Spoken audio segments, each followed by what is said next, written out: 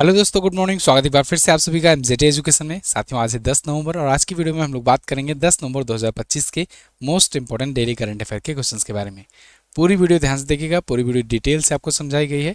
अगर वीडियो पसंद आएगी तो इसे लाइक शेयर जरूर करना। पिछले दिनों के जो भी क्वेश्चन छूटे हैं सब धीरे धीरे कवर कराए जा रहे हैं, तो आपको बिल्कुल भी निश्चिंत रहने की जरूरत है। आपको घबराना नहीं है ना, सारे क्वेश्चन कवर कराए जाएंगे। लेकिन सबसे पहले हम लोग रिविजन करेंगे लास्ट डे के क्वेश्चंस का, फिर आज की तरफ बढ़ते हैं। तो कल हम लोगों ने क्या क्या चीज़ें पढ़ी थी। तो कल हम लोगों ने पढ़ा था राष्ट्रीय कैंसर जागरूकता दिवस। ये मनाया जाता है 7 नवंबर को प्रत्येक वर्ष। ये राष्ट्रीय कैंसर जागरूकता दिवस है। और कैंसर दिवस पूछा जाएगा तो 4 फरवरी बताना, ठीक है, विश्व वाला। यूनाइटेड बाय यूनिक, ये इस बार की थीम थी। बिहार की गोगाबील झील को अभी रामसर साइट के रूप में शामिल किया गया है। भारत की 94वीं रामसर साइट है। अब भारत में टोटल 94 रामसर साइट है, 6 बिहार में है। स्टारलिंक के साथ औपचारिक समझौता महाराष्ट्र से ने किया है। भारत का पहला राज्य बन गया है महाराष्ट्र। क्यूएस एशिया रैंकिंग आई थी, शीर्ष पर यूनिवर्सिटी रही हांगकांग यूनिवर्सिटी। इसके अलावा 11-12 नवंबर 2025 को ग्रीन हाइड्रोजन पर अंतर्राष्ट्रीय सम्मेलन जो है ये आयोजित किया गया नई दिल्ली में। और अभी 11-12 नवंबर आने वाला है, मतलब किया जाएगा अभी। सीबीएसई ने दुबई के यूएई के दुबई में अंतर्राष्ट्रीय सहोदय सम्मेलन का उद्घाटन किया। सीबीएसई द्वारा विदेश में पहला था इसका। इसके अलावा भारत जो है ये बोत्सवाना से चीते ला रहा है। प्रोजेक्ट चीता के तहत दिसंबर 2025 तक 8 और अफ्रीकी चीते आ जाएंगे। दक्षिणी नौसैनिक कमान में आधारित होने वाला पहला सर्वे पोत ये बन गया है आईएनएस इच्छक। आईएनएस इच्छक अपनी श्रेणी का तीसरा है, ठीक है, आईएनएस संधायक और आईएनएस निर्देशक के बाद। अमेरिका इस साल होने वाले G20 शिखर सम्मेलन का बहिष्कार करेगा। इस साल G20 शिखर सम्मेलन होने जा रहा है दक्षिण अफ्रीका के जोहानसबर्ग में। अभी होगा इसी महीने में, ठीक है, नवंबर में ही। 9 नवंबर 2025 को 25वां राज्य स्थापना दिवस मनाया उत्तराखंड ने अपना। और इसका इस बार सिल्वर जुबली था, क्योंकि 9 नवंबर सन 2000 को ये स्थापित हुआ था। अब ये टॉप 10 करंट अफेयर के क्वेश्चन थे कल वीडियो में जो आपने पढ़े थे, ठीक है। इसके अलावा अब हम लोग आज की करंट अफेयर देखेंगे, डिटेल से पढ़ेंगे। एक बार फिर से मैं आपको बता दूं, अभी जो वीडियो कोर्स वालों के स्टूडेंट्स को प्रॉब्लम आ रही है वो प्रॉब्लम टेम्प्रोरी है और वो यूट्यूब के नए अपडेट के कारण हो रहा है। और वो सभी में जितने भी लोग YouTube course video course sell करते हैं, जितने भी चैनल वाले हैं, सभी के स्टूडेंट के साथ ये प्रॉब्लम आ रही है, क्योंकि यूट्यूब ने अपना एल्गोरिदम चेंज कर दिया है उस पर। लेकिन प्रोग्रामिंग चल रही है, नए प्लेयर को इंस्टॉल करा जा रहा है, जल्द ही नया अपडेट आएगा ऐप में, ठीक है। चलिए, तो अब देखते हैं पहला क्वेश्चन आज का। 7 नवंबर 2025 को राष्ट्रीय गीत वंदे मातरम की कौन सी वर्षगांठ मनाई गई। देखो, पहले तो एक चीज आपको कंफर्म होना चाहिए कि भारत का राष्ट्रीय गीत वंदे मातरम है और राष्ट्रगान जो है वह है जनगण मन। तो राष्ट्रगान और राष्ट्रगीत अंतर है। अब अंग्रेजी में रहता है तो फिर आसान लगता है याद करना कि नेशनल एंथम एक का नाम है, एक नेशनल सॉन्ग कह सकते हो। तो दोनों में तो अंतर है। तो अंग्रेजी वाला समझ में आ जाता है, हिंदी वाले में लोग कंफ्यूज हो जाते हैं। राष्ट्रीय गीत पूछो क्या है, बोलते हैं जनगण मन। नहीं, जनगण मन राष्ट्रगान है, ये राष्ट्रगीत है वंदे मातरम। इसकी अभी हाल ही में 150वीं क्या कहें वर्षगांठ मनाई गई, मतलब कि 150वें वर्ष पूरे हुए इस गाने को शुरुआत किए हुए, या कहें स्थापना की, या पहली बार जब गाया गया था तब के। इस पर पीएम मोदी ने एक बयान भी दिया, स्पीच भी दिया है। देखिए, ये 1937 में फ्रेगमेंट किया गया था वंदे मातरम। इन्होंने इसके बारे में कहा है कि पार्टीशन वगैरह, मतलब वो तो राजनीतिक बयानबाजी थी कि उसमें से काटा गया कुछ पार्ट। खैर, यहाँ पर हम लोग मोटा मोटा फैक्ट देखेंगे इससे रिलेटेड। ये 7 नवंबर 1875 को ही अक्षय नवमी के पावन पर्व पर पहली बार इस गीत की रचना की गई थी बंकिम चंद्र चट्टोपाध्याय के द्वारा, या बंकिम चंद्र चटर्जी भी हम लोग कहते हैं नॉर्मली। तो बंकिम चंद्र चट्टोपाध्याय या चटर्जी ने 7 नवंबर 1875 को पहली बार ये गीत की रचना की थी, वंदे मातरम, ठीक है, सुजलम सुफलम वाला। तो 150 वर्षगांठ ये मनाई गई है इस बार। अब देखो, 2026 तक देश भर में साल भर चलने वाले समारोह के आयोजन का निर्णय लिया गया है कि इस चीज़ को सेलिब्रेट करेगी गवर्नमेंट इस 150वीं जयंती के रूप में। आप देखते हो जब भी कोई चीज़ का 100वीं जयंती होती है या 150वीं जयंती होती है तो साल भर कुछ ना कुछ उससे रिलेटेड इवेंट्स होते रहते हैं। तो इस बार राष्ट्रीय गीत का होगा। खैर, राष्ट्रीय गीत वंदे मातरम जो है ये ऑफिशियल तौर पर राष्ट्रीय गीत घोषित किया गया था 24 जनवरी 1950 को। इसी दिन भारत को पहला राष्ट्रपति मिला था। डॉक्टर राजेंद्र प्रसाद जी। इसी दिन भारत को राष्ट्रीय गीत मिला था और इसी दिन राष्ट्रगान भी मिला था, ठीक है, ऑफिशियल रूप से, आधिकारिक रूप से। तो राष्ट्रीय गीत अपनाया गया था।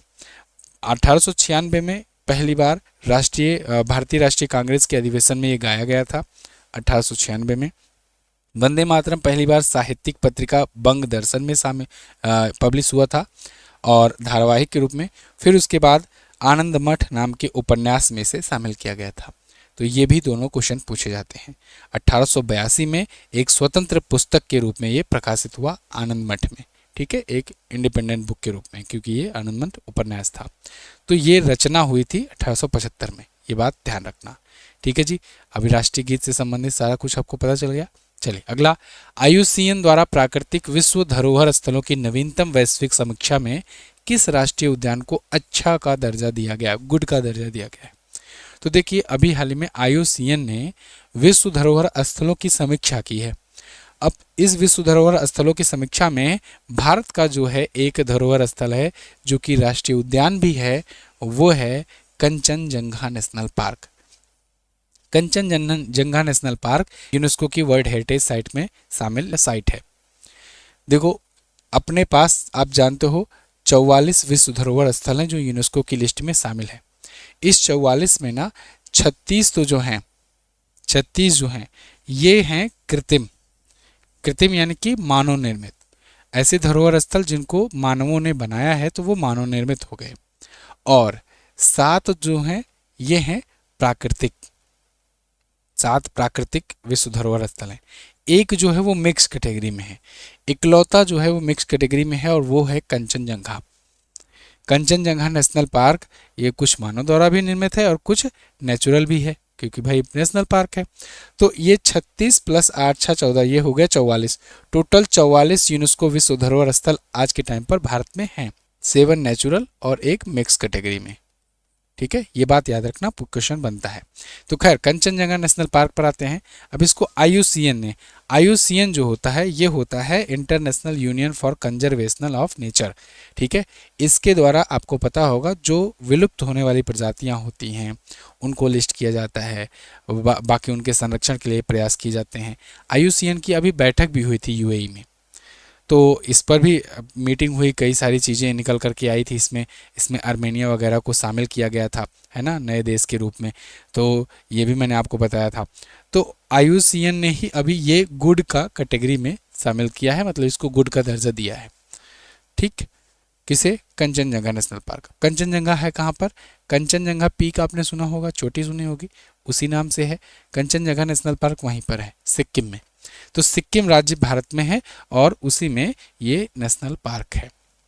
तो पश्चिमी घाट सुंदरबन गंभीर चिंताओं की श्रेणी में रखे गए हैं समीक्षा में, इसी समीक्षा में, लेकिन अब इसको अच्छे की श्रेणी में रखा गया है।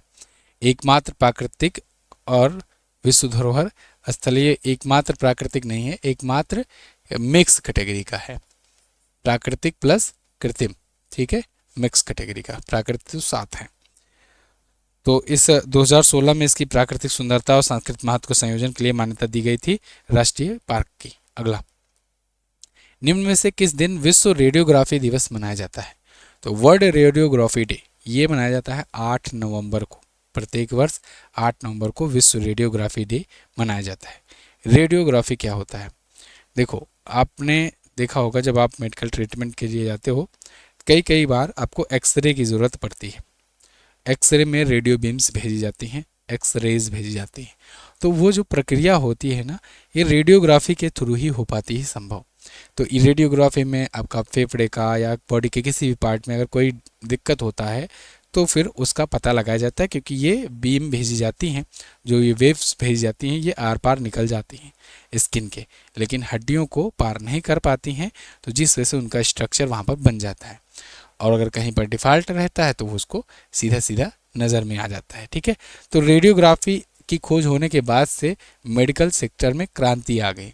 मतलब कई आप जानते हो हमेशा से हड्डी टूटती है तो बाहर से दिख नहीं रहा होता है, लेकिन अंदर हड्डी टूटी हुई है, कैसे पता चलेगा? इसी रेडियोग्राफी की मदद से पता चल पाता है ना। तो इस बार देखिए थीम है इसकी रखी गई है कि रेडियोग्राफर अनदेखी को देखना, जो नहीं देखा जा सकता है उसे भी देखना, ठीक है ना।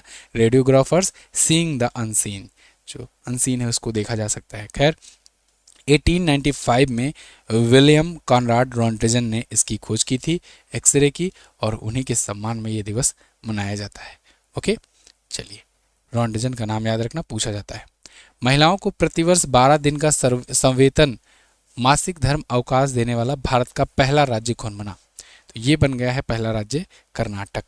कर्नाटक ने क्या कर दिया है कि पूरे वर्ष भर में मेंसुरल लीव दिया जाएगा विमेन को एवरी ईयर 12 दिन का, पूरे साल भर में 12 दिन का, ठीक है ना। तो हर महीने में एक दिन के हिसाब से। तो अब ये अब तक देखो बिहार और उड़ीसा ने पहले भी किया था, लेकिन ये बिहार और उड़ीसा ने केवल सरकारी नौकरियों में काम करने वाली महिलाओं के लिए किया था। यहाँ पर ये निजी और सरकारी दोनों में क्षेत्र में काम करने वाली सभी महिलाओं के लिए लागू होगा। तो कर्नाटक इस कदम को उठाने वाला भारत का पहला राज्य बन गया है जो सरकारी संस्थान, निजी संस्थान या कोई भी संस्थान हो, सभी में कार्य करने वाली जो महिलाएं होंगी उनको 12 दिन का सवेतन, मतलब वेतन नहीं काटा जाएगा, इस दिन इसका अवकाश दिया जाएगा। ठीक है, तो ये स्टेप लिया गया है कर्नाटक की गवर्नमेंट के द्वारा। अगला, ब्लू इकोनॉमी के सहयोग को मजबूत करने के लिए कहाँ पर पहला बिम्स्टेक भारत महासागर अनुसंधान नेटवर्क सम्मेलन आयोजित किया गया? तो ये आयोजन किया गया है कोच्चि में। कोच्चि आप जानते हो केरल में पड़ता है। तो केरल के कोच्चि में पहला बिम्स्टेक भारत महासागर अनुसंधान नेटवर्क का आयोजन किया जाएगा। ब्लू इकोनॉमी, नीली अर्थव्यवस्था, मतलब कि जो जल से संबंधित जो इकोनॉमी होती है, जैसे मत्स्य पालन हो गया, ठीक है, झींगा वगैरह की खेती, इस प्रकार की इकोनॉमी को बढ़ावा देने के लिए ये सम्मेलन होगा। बिम्स्टेक आप जानते हो ना, बिम्स्टेक एक संगठन है। बिम्स्टेक का मतलब होता है बे of Bengal initiative multi sectoral technical and economic cooperation. ठीक है, तो इसमें 7 सदस्य देश हैं बे ऑफ बंगाल के आसपास वाले। तो इनके बीच में एक क्षेत्रीय सहयोग होता है जो बे ऑफ बंगाल यानी बंगाल की खाड़ी में जो भी गतिविधियां होती हैं इकोनॉमी से रिलेटेड, है ना। तो इसीलिए बिम्स्टेक और भारत महासागर अनुसंधान नेटवर्क ये सम्मेलन आयोजित किया गया है 4 से 6 नवंबर 2025 को। वैसे ये पहल 2024 में शुरू की गई थी। ये बिम REN के नाम से जानी जाती है और भारत के विदेश मंत्रालय ने ये शुरू किया था। तो इसका पायलट प्रोजेक्ट हो चुका। अब ये केरल कोच्चि में पहली बार आयोजित किया जा रहा है। नवंबर 2025 में किसको विश्व शांति और सुरक्षा नेता पुरस्कार प्रदान किया गया? विश्व शांति एवं सुरक्षा नेता पुरस्कार 2025 के लिए ये दिया गया इस बार श्री श्री रविशंकर को। श्री श्री रविशंकर एक आध्यात्मिक गुरु हैं और एक NGO भी चलाते हैं। तो इनको अभी सम्मानित किया गया है 2025 के world peace and security leadership award से। ये बोस्टन ग्लोब फोरम और AI वर्ल्ड सोसाइटी के द्वारा सम्मानित किए गए हैं। इन्हें मानवतावादी सेवा, सुलह, शांति की स्थापना में इनके योगदान, इसके लिए दिया गया है। ये अवार्ड 2015 से दिया जाता रहा है ऐसे कामों के लिए। ठीक है, और श्री श्री रविशंकर आप जानते हो आर्ट ऑफ लिविंग नाम के फाउंडेशन के संस्थापक हैं। आर्ट ऑफ लिविंग इनके फाउंडेशन का नाम है। ठीक है, आर्ट ऑफ लिविंग, ये याद रखना। अगला, जैसे श्री श्री रविशंकर ये हो गए, इसके अलावा सदगुरु का नाम आपने सुना होगा, वो ईसा फाउंडेशन के हैं। ऐसे आपको फाउंडेशन का नाम भी याद रखना है। ठीक है, हाल ही में पारादीप फास्फेट ने किसको अपना ब्रांड एम्बेसडर बनाया?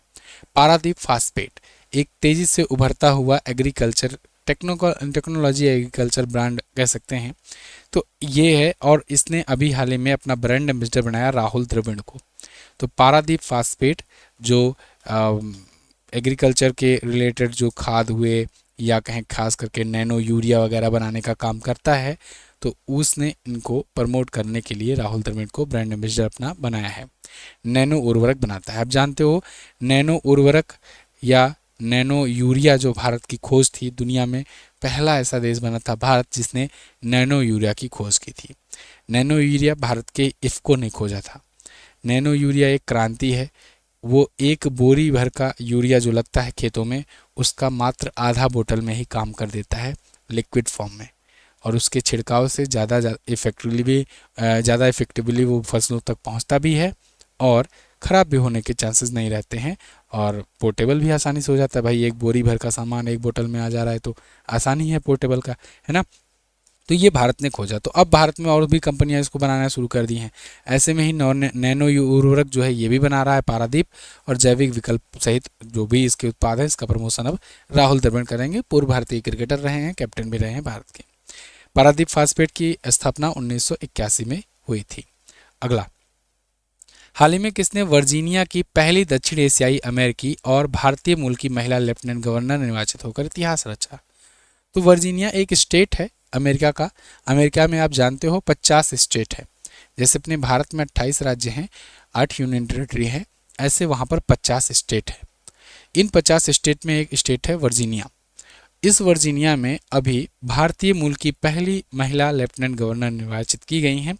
ये हैं गजाला हाशमी।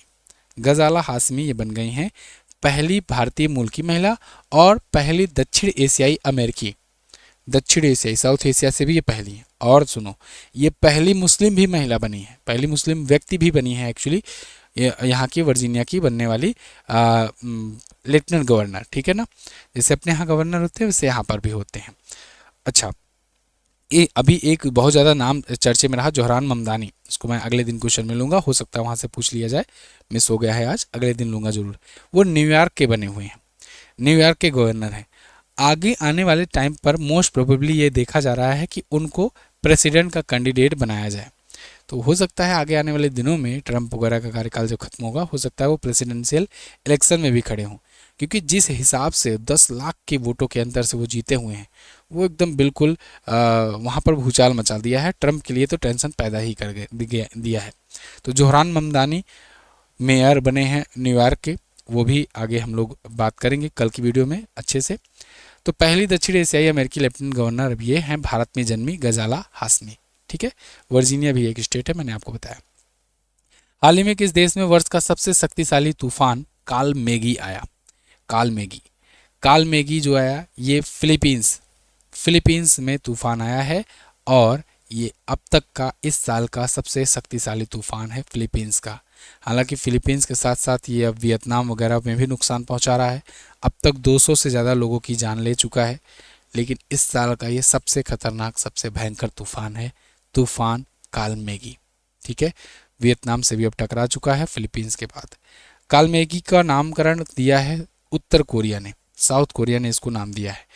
देखो, जैसे मैंने आपको भारत वाले रीजन में बताया था ना कि भारत के क्षेत्र में जब आता है तो 13 देश का ग्रुप है भारत में, वो लोग 12 से नाम देते हैं। ठीक है, जैसे अभी भारत में मोथा तूफान आया था तो उसको थाईलैंड ने नाम दिया था, है ना।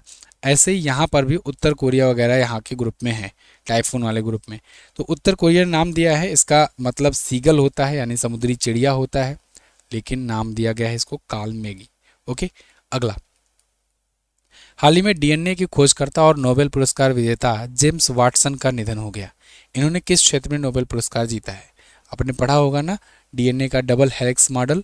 तो डबल हेलिक्स मॉडल जो है उसको जेम्स वाटसन और क्रिक ने दिया था वो सिद्धांत। वही जेम्स वाटसन आज चले गए हैं दुनिया छोड़कर। ये मेडिसिन के क्षेत्र में नोबेल पाए थे। इन्होंने डीएनए के डबल हेलिक्स मॉडल की खोज की थी। आपने खूब पढ़ा होगा हाई स्कूल इंटर में डबल हेलिक्स मॉडल डीएनए का।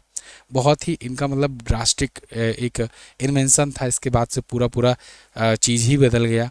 चाहे वो पुलिसिंग व्यवस्था में हो, आप देखते हो डीएनए जांच होती है जब भी कोई चीज़ों की पता नहीं लग रही होती है तो, या मेडिकल डिपार्टमेंट में हो, तो ये पूरा का पूरा जान लो कि क्रांति ला दिए थे इनकी खोज की वजह से। तो इस वजह से इनको 1962 में नोबेल पुरस्कार भी मिला था मेडिसिन के क्षेत्र में। इनको, वाटसन को, क्रिक को और मॉरिस विल्सन को, तो इन तीनों को मिला था। ठीक है, मेडिसिन के क्षेत्र में इन्होंने खोजा कब था? 1954-53 के आसपास में खोजा था इन्होंने डीएनए का द्वि हेलिक्स संरचना या डबल हेलिक्स मॉडल। ओके, इसके बाद इंटरेस्टिंग बात ये हुई 2014 में इनको साइंटिस्ट की कम्युनिटी से ही निकाल दिया गया था। तो इन्होंने इस चीज़ का हवाला देते हुए कहा कि भाई हमें कोई ज़रूरत ही नहीं है नोबेल का। 2014 में इन्होंने अपना नोबेल ही बेच दिया। अभी 2014 में इन्होंने $4.8 मिलियन में अपना नोबेल प्राइज़ ही बेच दिया था। ठीक है, तो ये थे जेम्स वाटसन। तो खैर इनका 97 वर्ष की आयु में निधन हो गया है।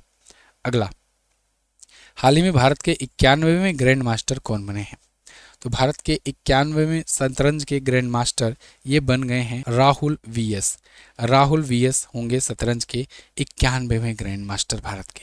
अब भारत को 91 ग्रैंड मास्टर मिल गए हैं। अब आप देखो 1988 में, 1988 में, आज से कितना साल हुआ होगा? मोटा मोटा 12 उधर और 25 इधर, 12 25 12 37 साल। 37 साल पहले भारत को पहला ग्रैंड मास्टर मिला था, फर्स्ट ग्रैंड मास्टर। अगले 37 सालों में तेजी से, इतने ज़्यादा तेजी से ग्रैंड मास्टर की संख्या बढ़ रही है। 91 ग्रैंड मास्टर मिल गए हैं। भारत की चेस की जो क्षेत्र में उपलब्धता है ये लगातार बढ़ती जा रही है। आप देख रहे हो वर्ल्ड चैंपियन चाहे पुरुषों में हो चाहे महिलाओं में हो, भारत का ही अब आने लगा है। डी गुकेश पुरुषों में वर्ल्ड चैंपियन है। दिव्या देशमुख जो है महिलाओं में वर्ल्ड चैंपियन चेस की बनी हुई है। इसी तर्ज पर यहाँ 91वें ग्रैंड मास्टर बन गए हैं राहुल वीएस। देखो ग्रैंड मास्टर ये ऐसा नहीं है कि भारत के द्वारा दिया जाता है, ये फिडे जो संस्था है उसके द्वारा दिया जाता है। फिडे फिडे जो है कैटेगरी बनाई हुई है, जब उसमें 2500 ईएलओ पॉइंट प्लस स्कोर कोई कर लेता है तो फिर उसको, और 2 और ग्रैंड मास्टर की इवेंट पूरा कर लिया जाता है तो उसको ग्रैंड मास्टर की उपाधि दी जाती है। कैडेट मास्टर इसके पहले बनना होता है, फिडे मास्टर बनना होता है, अंतर्राष्ट्रीय मास्टर बनना होता है, इसके बाद नंबर आता है ग्रैंड मास्टर का। तो अंतर्राष्ट्रीय मास्टर ये 2021 में बने हुए थे, लेकिन अब ग्रैंड मास्टर बन गए हैं। इससे पहले 90वें ग्रैंड मास्टर थे इलम परथी AR, ठीक है, अब ये हो गए हैं। पहले ग्रैंड मास्टर पूछा जाएगा विश्वनाथन आनंद बताना 1988 में। ओके, ये था टॉप 11 करंट अफेयर आज के दिन से। आई होप आपको वीडियो पसंद आई होगी। अगर वीडियो पसंद आई है तो वीडियो को लाइक कीजिए, शेयर कीजिए, और आपसे रेगुलर वीडियो आपको मिलेगी तो वीडियो देखना और शेयर करना मत भूलिएगा। एक प्यारा सा कमेंट जरूर छोड़ दीजिए, ठीक है। जो मैं क्वेश्चन पूछता हूँ इस क्वेश्चन का आंसर भी आप लोग कर दिया करो। कल की वीडियो में मैंने देखा बहुत सारे लोग कमेंट का आंसर ही नहीं करते हैं क्वेश्चन का। नहीं आता है तो भी बता दो, आता है तो आंसर कर दिया करो, है ना। आईसीसी महिला वनडे विश्व कप 2025 में प्लेयर ऑफ द टूर्नामेंट किसे चुना गया? दीप्ति शर्मा को। एशियाई युवा खेल मेडल टेबल में किस स्थान पर भारत रहा? छठे पर रहा। आज आपको क्या बताना है? एशियाई विश्वविद्यालय रैंकिंग जो आई है QS के द्वारा जारी, इसमें भारत की कौन सी यूनिवर्सिटी भारत में टॉप पर है? बताइएगा जरूर। इसके अलावा उत्तरांचल का नाम बदलकर उत्तराखंड कब किया गया था? कल की वीडियो में दोनों क्वेश्चन का आंसर बताया गया था। कमेंट में इसका आंसर कीजिए आप लोग। और ई बुक्स अगर लेना है या हमारे वीडियो कोर्सेज लेना है तो MZT ऐप पर जाकर के भी ले सकते हैं। Thank you so much. मिलेंगे अगली वीडियो में, तब तक के लिए नमस्कार, जय हिंद, वंदे मातरम।